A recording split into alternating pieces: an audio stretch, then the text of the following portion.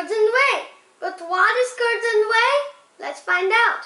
I have taken some warm milk and vinegar. First, let me pour the vinegar in. Now, I'm going to give it a big mix.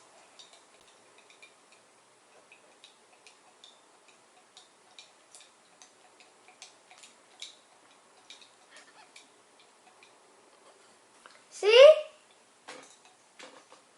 The milk turned clumpy. Do you know why? It's because milk is a colloid.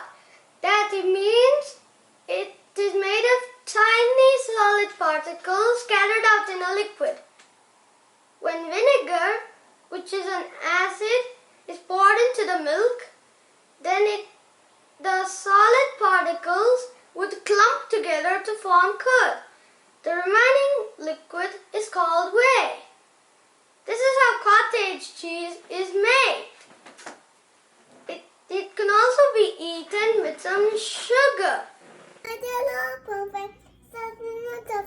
Eating the curds and whey. Then